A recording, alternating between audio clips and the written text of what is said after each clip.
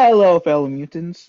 Welcome back to another video. And in this video, I'm going to be looking at this article about who are the Knights of Ren, because that really wasn't um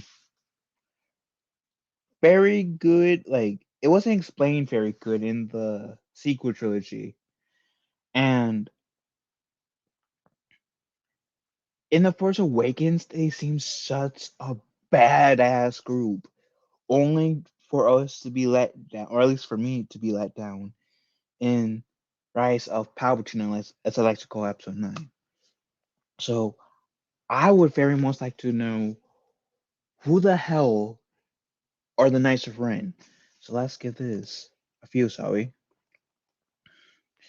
So the Star Wars sequel trilogy introduced several new pieces of lore to this already fast sci-fi fantasy universe, including the mysterious Knights of Ren, led by Ben Solo, introduced as a fearsome team behind Kylo Ren. Fans were eager to see who the Knights of Ren were. Also, like several elements of the mythos touched in Episode 7 through 9, most of the lore surrounding Kylo Ren's band of Darksiders was only explored in supplemental materials, namely in the mainline canon Marvel comic. These wandering rogues followed a sinister yet free-flowing structure regarding their goals, having aligned with some key groups and figures across the galaxy. From the groups forming to the waning days of the Galactic Civil War to its demise during the Battle of Exegol, the Knights of Ren led an eventful, if brief, history. So, the Knights of Ren were a band of darkside marauders. So, was founded 3 years after the Battle of Yavin, founded by a human male named Ren, and its affiliation was the Crimson Dawn First Order and Sith Eternal. So, while the Knights of Ren were most closely associated with Kylo Ren, the eventual leader of the First Order, this group of Darksider mercenaries existed before Ben Solo was born. The Knights were founded in the closing days of the Galactic Civil War between the Rebellion and the Empire during the original trilogy, operating separately from the pair of Sith Lords who ruled the authoritarian regime. Their origins were fleshed out in the Marvel prequel comic book miniseries "The Rise of Kylo Ren" by Charles Soule and Will Sliney. Originating from the unknown region of space, these marauders were founded 3 years after the Battle of Yavin from Star Wars Episodes 4 New Hope by a human male going by the alias Ren. Their ideology were based around the red lightsaber he wielded, also dubbed Ren, seeking to be guided by the dark side of the Force to lead them to power across their many violent raids across the galaxy. Ben Solo became their face during the Star Wars sequel trilogy, but Kylo's predecessor gave fans a more in-depth look into the Knight's philosophy from decades earlier. Each group member wore similar masks, but only the leader could wield the red lightsaber, the Ren. They operated as one of the few Force-sensitive groups during the Empire's regime, as Palpatine and Vader saw to it that potential rivals were either exterminated completely or culled far past the point of maintaining a vast organization. Both the Sith and the Knights of Ren sought to immerse themselves in the dark side, but the former were more totalitarian with their approach, while the latter lifestyle were more flexible.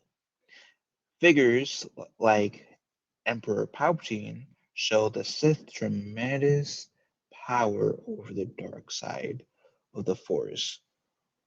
But the Knights had no qualms about aligning themselves with whomever they felt will help them gain power.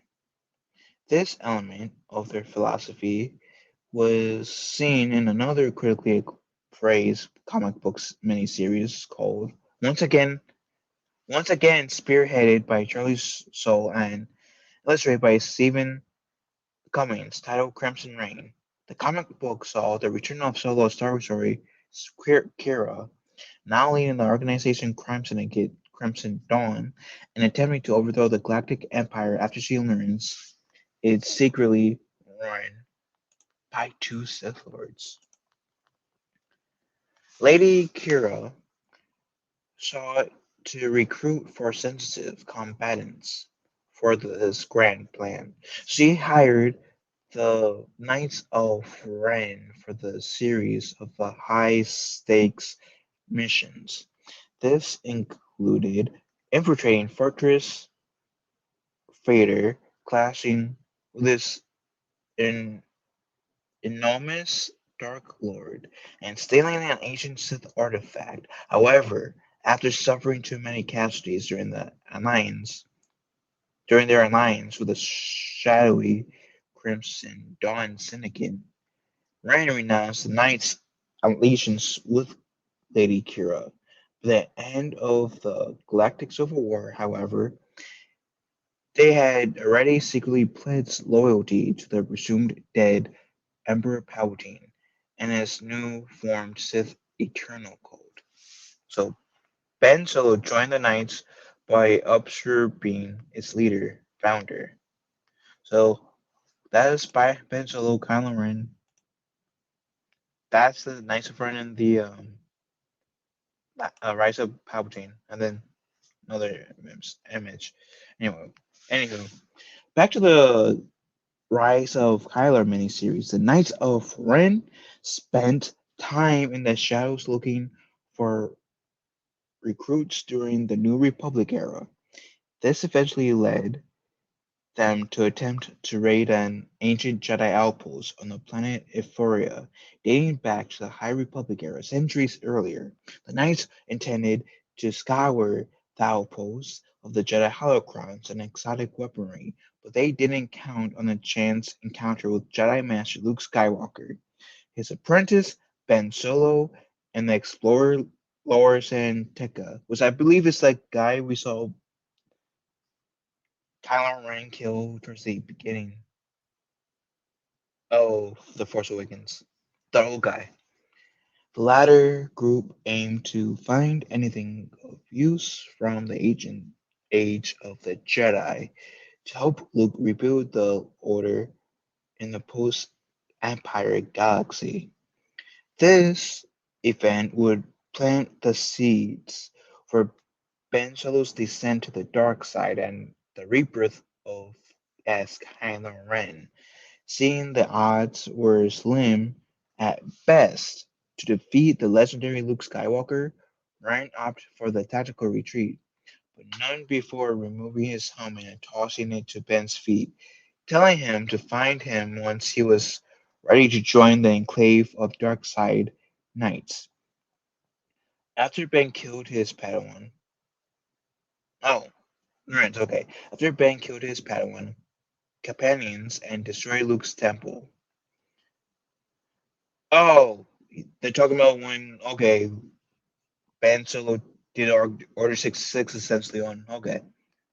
Anyways, after Ben killed his. I don't mean Order 66, I mean like Order 66 2.0, but the Disney's version. Anyways, I'm going to. After Ben killed his Padawan companions and destroyed Luke's temple, he sought Supreme Leader Snoke of the First Order to join him and seek advice on tracking down and joining Knights of Ren. Before I continue, I kind of like felt like that was sacking. Like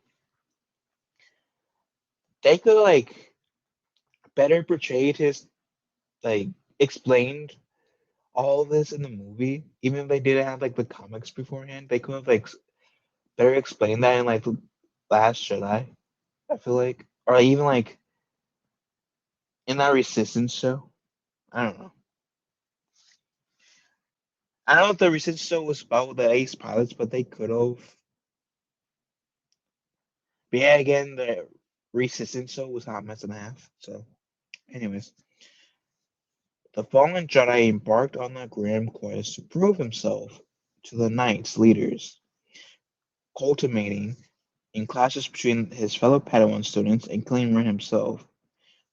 This satisfied the Knights of Ren criteria for joining and leading the Enclave, with the rest of the group believing Ben killing their former master constituted a good death. In a sense, the order of succession on the Sith, known as the Rule of Two, ushered in by Darth Bane during the Old Republic era, and the Knights of Ren is similar. New figureheads are acknowledged through hostile lethal takeovers. So the Battle of Exegol saw the end of the Knights of Ren. Okay. So 35 years after the Battle of Yavin, slain by Ben Solo during the Battle of Exegol and Rise of Palpatine, as I like to call the movie. The Knights of Ren would achieve their highest level of power when Kylo, the Enclave's master at the time, became the new Supreme Leader of the First Order after he murdered his former master Snoke in Episode 8, The Last Jedi. But much like the Skywalker saga, the Knights of Ren will meet their collective end in Star Wars Episode 8, The Rise of Skywalker.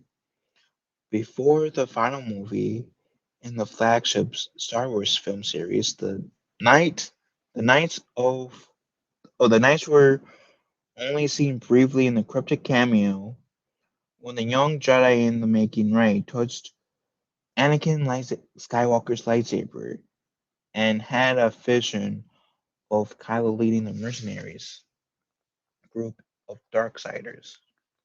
Um, they still didn't have much of a presence in Rise of Skywalker either. The characters have little more than a cameo they received in the first movie in the trilogy. Once again, that leaves the Star Wars comics to do the legwork of providing vital context. Even so, the group achieved new prominence in universe. The Knights of Ren effectively replaced the Praetorian Guard that served the late and former Supreme Leader Snoke as Kylo Ren's bodyguards. It was revealed that Snoke himself was merely an artificial life form that the resurrected Emperor Palpatine was using as a proxy to position to come back with the Sith Eternal Fleet. Unknowns to Kylo, the Knights had already sworn allegiance to Palpatine, the dark side users answering squarely to him. Following the former's redemption and return to the light side of the Force during the final assault during the resurgent Sith Lord on the planet Exegol, a redeemed Ben Solo, now complete with a blue lightsaber, killed his former followers, ending the line of Darksiders. After Ben sacrificed helped Rey defeat the Emperor for good, the final for good until they bring him back again. The final remnant of the Knights of Ren presence in the galaxy was snuffed out considering the sprawling nature of the Star Wars universe lore. The Knights of Ren place a history was brief. Nonetheless, even if it was mainly confined to the shadow, they were involved in some of the most crucial events in the Skywalker's saga later stages, both directly and indirectly. But since much of the dark side of the Force revolved around operating discreetly in the background, Sith or otherwise, this is arguably a fitting approach for the nomadic force user. Okay, so that was like definitely more explanation that we got of who the Knights of Ren were. Um, then we got it like in the movies, and I'm happy about that. That we got an explanation on that, but that also doesn't help make any level of frustrations that I have go down in terms of I wish that the Knights of Ren were actually used more in the sequel trilogy, especially after The Force Awakens. Like, fine, whatever. Don't use them in the Last Jedi. Okay, fine, but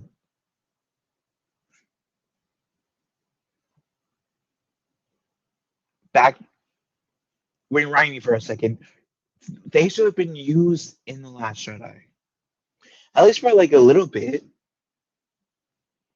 Like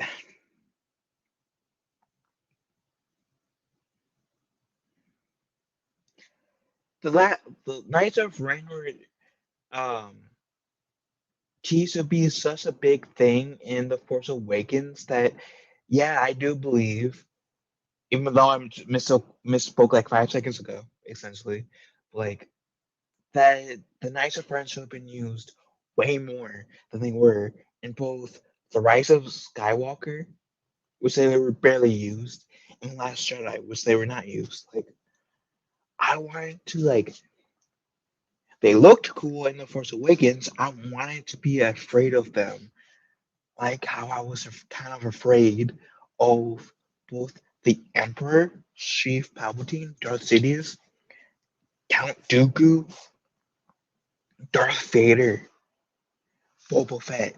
And Boba Fett ain't even a dark side user, and yet I was more afraid of Boba Fett back when I first got into Star Wars than I was of the Knights of Ren.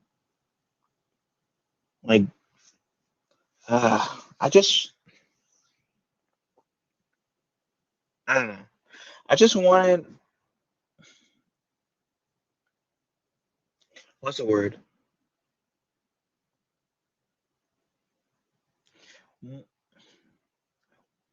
I guess it doesn't matter if they were in the Last Jedi or not per se.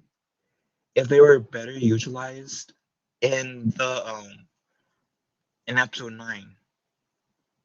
So I guess what I'm essentially saying, that's nice that we got that background.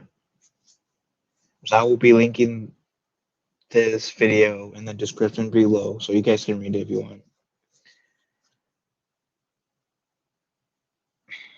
But I would have enjoyed